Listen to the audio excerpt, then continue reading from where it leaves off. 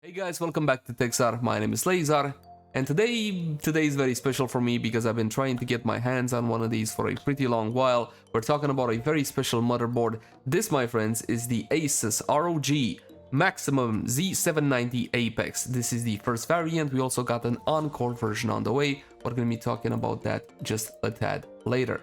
For the time being, you should know that this is an enthusiast level board. If you're into overclocking, even more so memory overclocking, this is definitely a good option for you. However, since we're talking about high-end boards, I can also fully recommend the EVGA Kingpin if you manage to get your hands on one. Just like this one, it's not really available anymore except for scalper prices, or how they like to call it, collector prices. But coming a bit more down to earth, you know what's a fantastic board that is readily available? Also a high-end overclocking board. We're talking about the Gigabyte Tachyon. Fully recommend that one as well. If we're talking about the second wave of Z790 motherboards, then we can talk about the formula from Asus, especially if you're into custom water cooling, or we can talk about the second version of the Apex Encore, which has a set of improved features, and also they went from the white aesthetic to the dark aesthetic if that's more your thing. But enough about that, let's check out what's inside the box. This is the box that the product comes in, and let's flip it right open. You will be getting inside plastic protective cover, and the motherboard you will see is not in one of those anti-static plastic bags, weirdly enough. Asus says this is fine, so we're gonna have to take their word for it. The motherboard meets you front and center. For the time being, what you can do is simply grab the tray, which is made out of cardboard, and move it to the side so you can inspect all the accessories. Here you have this metally and plastic ROG overclocking record. So basically you can keep track of your whatever you want. It's just a small little extra that Asus throws in. Here we have our drivers via USB stick. You can see the version right here. USB 3.0. I don't know what's the actual size of this one. More importantly, you have two things that go on the board. This is their ROG DIMM.2. As you can see, it is branded with the Republic of Gamers logo, and inside you're going to be able to mount not one but two M.2 SSDs. Unfortunately, both of these will be Gen 4, and both of these are going through the chipset rather than directly through the CPU. Now, of course, keep in mind this is an overclocking board, so that's why a lot of things will be slightly different than your regular boards. This one is an add-in card, and we see different versions of this depending on which motherboard you bought from Asus. For example, the Hero has a version where you can have two M.2 Gen 4s or one M.2 Gen 5. This one has only one option, and you can already see it. It's a single M.2, and it can be Gen 5. And the thing is, this is the only Gen 5 M.2 you can have on this board. Again, the focus of the board is overclocking, not necessarily the creator space, if you will. On the left side, we got a bunch of stuff. So this will be the antenna. The antenna is basically the same antenna you see on most of these Asus motherboards. It is magnetic. As you can see, this one sticks to it, like so. You can put it on the side of your case. It goes up and down. It's the same connection as you've seen from all of these things. And a bunch of little screws, little pads that will go on nicely depending on what you're going to be mounting onto the motherboard, including one additional thermal pad. I would have loved to see at least 2 or 3. This is a little something that you don't normally get. This is a ROG fan. This goes together with the bracket that you saw earlier attached to this thing, as in here. These two go together, and you can get yourself a little bit of RAM cooling. Again, this being a overclocking board, especially a fantastic RAM overclocking board. I don't really like this implementation. It's small, it looks cheap, and it should have been white if you're gonna be following the aesthetic. And if I'm still whining about that, then I'm gonna be talking about these two as well. Ideally, for a white themed motherboard, these should have been silver or white as well. And the rest are basically the same kind of connector that you see in most Asus boards. Essentially, this makes it easier for you to connect the controls of your chassis. In essence, you get everything that you need, but you don't get things like SATA cables. If you are to remove this section right here, you're gonna get to see yourself the literature. Republic of Is this? Oh, this is the safety information. I was just about to ask if this is the actual manual. The manual you should be downloading from Asus directly, but you do get this one. So essentially you can use this one to see, hey, what's what. I think that's the quick start guide. Again, more safety information. Safety is key. Asus webpage. As for the motherboard itself, you know what? You're not supposed to buy a motherboard based on looks. Definitely not. Use ration, reason, get the best bang for your buck. But I would be lying if I would say that the looks didn't play an important role in me choosing this one. Now let's have a look at all the connectors and the layout of the actual board. Starting from the top left, we got a full speed fan header, followed by two ATX 12 volts, and of course you don't need to use both of these, but if you're overclocking, you probably will be using both of these. CPU fan and CPU optional are next. You get two addressable RGB headers. One is angled, which I love because it makes it easier to have a clean cable managed system. AIO pump header, and right underneath that you got the error LEDs for your CPU, DRAM, VGA, and boot. These are kind of redundant at this point because you got a full postcode, which I definitely love. You know what I love more? This thing right here. This is a safe boot button. In essence, if your last setting simply doesn't pan out and the system doesn't want to start, you can click safe boot, go back into your BIOS, it'll start up fine, and just mess around with that. So basically you don't need to go through the whole thing again. I love safe boot. I would have it on any board, especially on enthusiast level boards. After that, of course, you got yourself your start and your flex key. Now the flex key is actually a reset button by default, however you can rebind this one. These are not buttons that you normally see on most boards. This one right here is a retry button, especially useful for memory overclocking, and these two you got your BCLK plus and BCLK minus. This is a pause switch, and to be perfectly honest, I'm not really sure how I feel about this one. In essence, you're running your benchmark, your system, let's say, becomes unstable, maybe the temperature's got a bit too high, you flip this on, pause, you regain control, and you go back.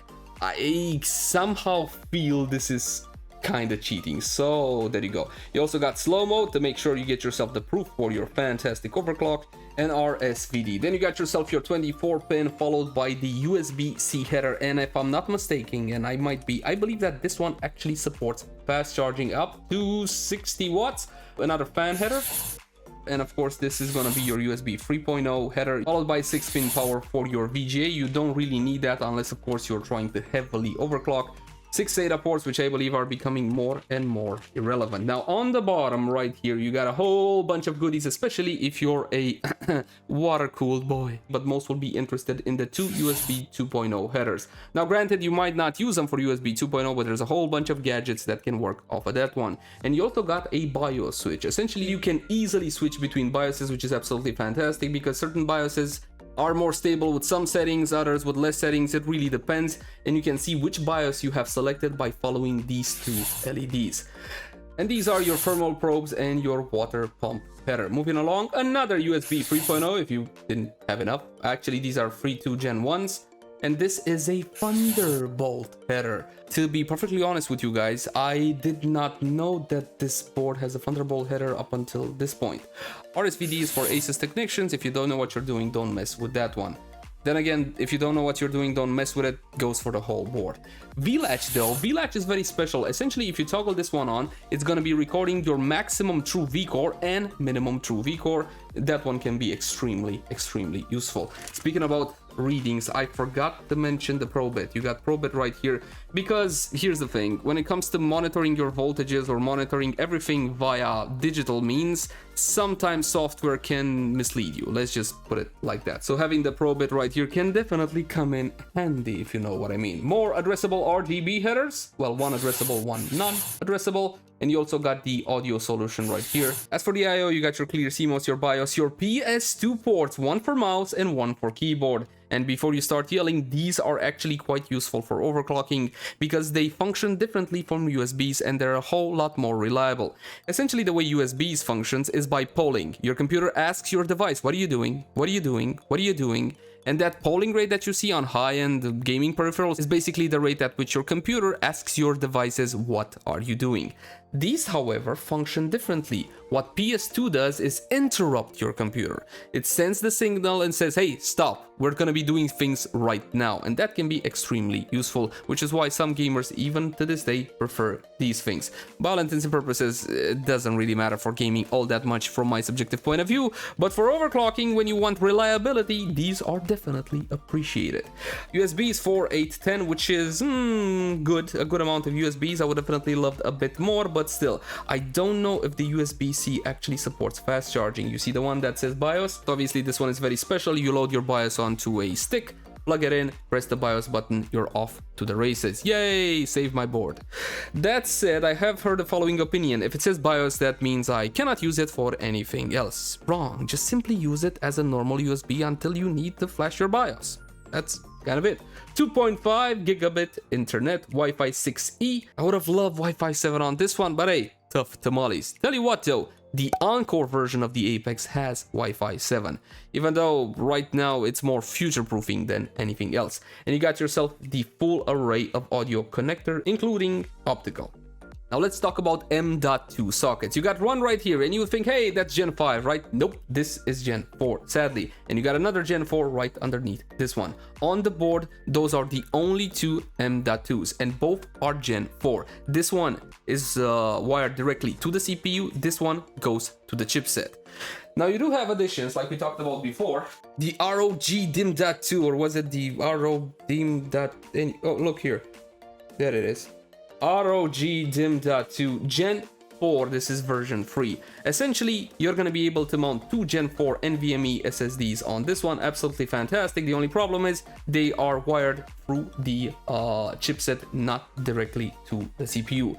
Honestly, I thought that would be the case considering other Asus boards, but apparently not. Finally, your one saving grace. This is the add-in card, and this will be taking a single Gen 5 NVMe SSD, and this one is gonna be going right here. You know the problem with this solution, right? If I come with a beefy RTX 4080, 4090 here, this one is gonna suffocate that card unless it's water cooled. So this is not the best of solutions, sadly. I would have loved to see at least this one be Gen 5. But there you go. This is a PCIe X16 Gen 5 with quick release. Fantastic, right? And this one on the bottom is also PCIe X16 Gen 5, believe it or not. Obviously, if you're going to be populating the both of them, you're going to be running in X8 and X8 mode. And considering we don't have Gen 5 right now, you're going to be running in X8 Gen 4. So bear that one in mind when you're calculating things like theoretical throughput and versus actualized throughput. And if you're worried about things like bottlenecking, you shouldn't for the time being. Even in the case of an RTX 4090, an RTX 4090 coupled with a Gen 5, the fastest Gen 5 NVMe SSDs, let's say, plugged into this one, while the theoretical, and I stress this one out, theoretical throughput of an RTX 4090 may be capable, again on a theoretical level, to saturate an X8 Gen 4, which is basically what this one will work in if you populate this one with an SSD. In actualized throughput, you're not really gonna see that. Basically, if you need more convincing, you should see some benchmarks of the RTX 4090 competing in Gen 4 versus Gen 3, PCIe X16, both of them. Long story short, the difference in performance is about 1 to 3% according to Gamers Nexus. So do bear that one in mind. As for the power delivery or power design, because this is a feature that actually matters when it comes to overclocking boards, we're talking about a VRM that features 24 power stages, each rated to handle 105 amps. My friends, you don't need to worry about the power delivery on this one. Essentially, it can handle whatever you can throw at it, pretty much. Now, you're gonna notice two DIMM slots here, and probably you are already in the comments saying, why does such an expensive board only have two DIMM slots? It doesn't make any sense. Now, you do understand that this is the DIMM.2, we already talked about this one. You're gonna be attaching yourself a couple of NVMe SSDs with this one through the ROG DIMM.2 included in the box.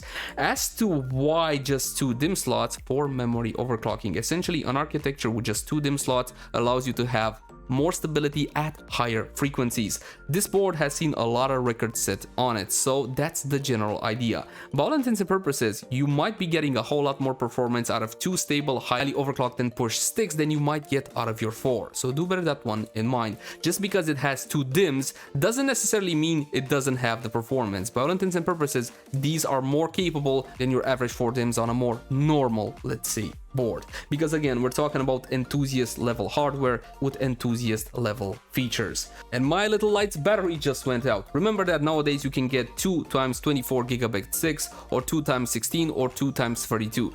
The higher you go in memory capacity, the harder it will be to get them stable at high frequencies. so bear that one in mind. We're gonna have a separate video on what RAM sticks to choose and for what purpose, which are easily overclockable, what kind of chips you're looking at, but a basic idea is go for Hynix M die if you're on a budget, and if you're not on a budget, go for Hynix A die. Though nowadays I think that most of them are Hynix A die. Samsung, not really, just go for Hynix A die. And that's pretty much gonna do it. Let me know in the comment section down below what is your favorite motherboard and if this was useful to you. As always, my name is Malazar, and I'll catch you guys in the next one. Oh, don't forget to subscribe and enable notifications so you know when I upload more stuff like this. Bye.